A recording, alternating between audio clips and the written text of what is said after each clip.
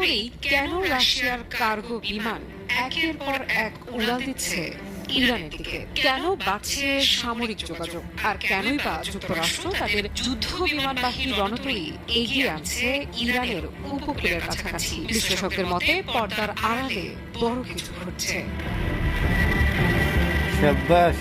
সম্প্রতি যুক্তরাজ্য ভিত্তিক সংবাদ মাধ্যম ইরান ইন্টারন্যাশনালের প্রতিবেদনে দাবি করা হয়েছে রাশিয়ার সঙ্গে বড় ধরনের সামরিক চুক্তি করেছে ইরান। প্রায় 500 মিলিয়ন ইউরোর এই চুক্তির আওতায় ইরান পেতে যাচ্ছে 500টি ভার্বা পোর্টেবল লঞ্চ ইউনিট এবং 2500 9M336 ক্ষেপণাস্ত্র। রাশিয়ার দাবি ভার্বা হচ্ছে তাদের সবচেয়ে আধুনিক ম্যান প্যাডস, যা ড্রোন, ক্রুজ মিসাইল, এমনকি যুদ্ধ বিমান ভূপাতিত